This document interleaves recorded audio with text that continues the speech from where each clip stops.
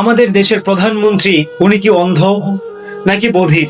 আমার দেশের স্বরাষ্ট্রমন্ত্রী উনি কি অন্ধ নাকি উনিও বধির? আর যদি কোনোটাই ওনারা না হন, তাহলে কেন একজন সাধারণ মেয়ের বাবার আত্মচিৎকার ওনারা শুনতে পান না? আমার মেয়ে, আমি দুটা কথা বলতে চাই স্যার। এই মজিবর খুব খারাপ লোক, আরো দুইটা মেয়ের সাথে কাণ্ড করছে।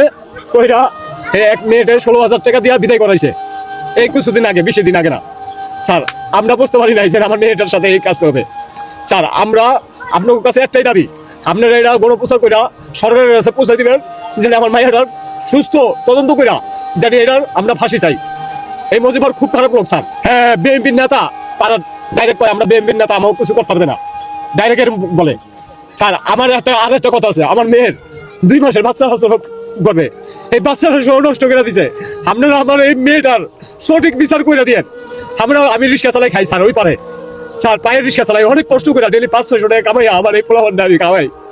আপনার কাছে আমি এটি বিচার চাই স্যার, আমি আর কোনো কিছু চাই না স্যার, একবারে সুস্থ বিচার চাই, যাতে আমার মেয়েটার বিচারটা হয়। স্যার আসামির পক্ষ, পুলিশের লগে আসামির ছেলেরা ঘুরা ঘুরা আরো হুমকি দেয়, দেন আরো হুমকি দিতেছে, দেন তোমরা এই জায়গা চলে যাও, আর নইলে তোমাকে বাইরে লাগবো, আমাকে এরকম হুমকি দিতেছে। কালকে 10-15 জন পোলাপান ভাও করছে যেটা আমাকে মারবো দেবো, আমরা পরে আটকে দিয়ে বই আসছিলাম, এদিকে আসে নাই, মেন রোডে আসলো স্যার। আর কত মেয়ে ধর্ষিতা হলে ওনারা শুনতে পাবেন মেয়ের বাবার আত্মচিৎকার? গত কিছুদিন আগেই তো রামিসাকে কিভাবে 7 বছরের একটা মেয়েকে কত নিকৃষ্টতম ভাবে হত্যা করলো, খুনি নিজে স্বীকার করলো যে আমি হত্যা করছি, তার 7 বছরের কারাদণ্ড, যাবজ্জীবন চাওয়া হয়। এমন একটা দেশের মধ্যে বর্তমান আমরা বসবাস করতেছি। ছি, লজ্জা লাগে। জনাব তারেক রহমান স্যার, আপনারও একটা মেয়ে আছে। স্বরাষ্ট্রমন্ত্রী সালাউদ্দিন সাহেব, আপনারও একটা মেয়ে আছে। আপনাদের মেয়েগুলো সেফ জোনের মধ্যে থাকে, প্রাসাদের মধ্যে থাকে। এই জন্য আপনাদের চিন্তা ভাবনা নাই, কারণ আপনাদের মেয়ের যদি কখনো কোনো সমস্যা হয়, আপনারা সেটা সমাধান করতে পারবেন। হ্যাঁ, ক্ষমতা আছে আপনাদের হাতে, কিন্তু একজন সাধারণ মেয়ের বাবা কখনোই পারবে না সেটা। আর যদি আপনারা নাই করতে পারেন, তাহলে মেয়ের বাবাদেরকে বলে দেন যে আপনারা দেশ ত্যাগ করে চলে যান। কারণ আপনারা যেহেতু আপনার মেয়েদেরকে, একজন সাধারণ বাবার মেয়েকে সেফ জোন দিতে পারতেছেন না, তাহলে বলেন যে আপনারা এই দেশ থেকে ত্যাগ করে চলে যান, আর নয়তো এই দেশ থেকে তাদেরকে বের করে দেন আপনারা নিজেরাই।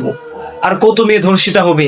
একজন রিক্সাওয়ালা চিৎকার আপনাদের কান পর্যন্ত যাবে না, আপনারা শুনতে পান না এগুলো চিৎকার, আপনারা এগুলো দেখতেও পান না, আপনারা দেখেও কি দেখেন না কিনা জানি না। আর কত মেয়ে ধর্ষিতা হলে আপনাদের হুঁশ ফিরবে, আর আপনারা একটা ধর্ষকের জন্য উকিল দাঁড় করাইয়া দিবেন, সংবিধান দেখাবেন, রাষ্ট্রের আইন দেখাবেন।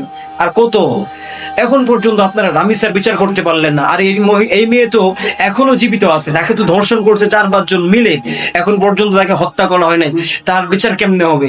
যাকে ছোট্ট একটা মেয়েকে ধর্ষণ করার পরে গলা কেটে, হাত পা কেটে, জবাই করে ফেলে, লজ্জাস্থান টুকরো করে কেটে ফেলে, আপনার প্রমাণ মুছে ফেলে, তার বিচার হয় না, আর একটা মেয়ে আস্ত এখনো আছে, তার কেমনে বিচার হবে? এরকম হাজার হাজার মেয়ে বাংলাদেশের মধ্যে ধর্ষিতা হয়েছে, কোনো বিচার নাই। আপনারা পারবেন না বিচার করতে, না পারলে বলেন যে আপনারা দেশ ত্যাগ করে চলে যান, এই দেশে মেয়ের বাবার আর মেয়ের কোনো সিকিউরিটি নেই, এ কথা আপনারা বলে দেন। আপনারা নরপিশাচদের কাছে হার মেনে গেলেন।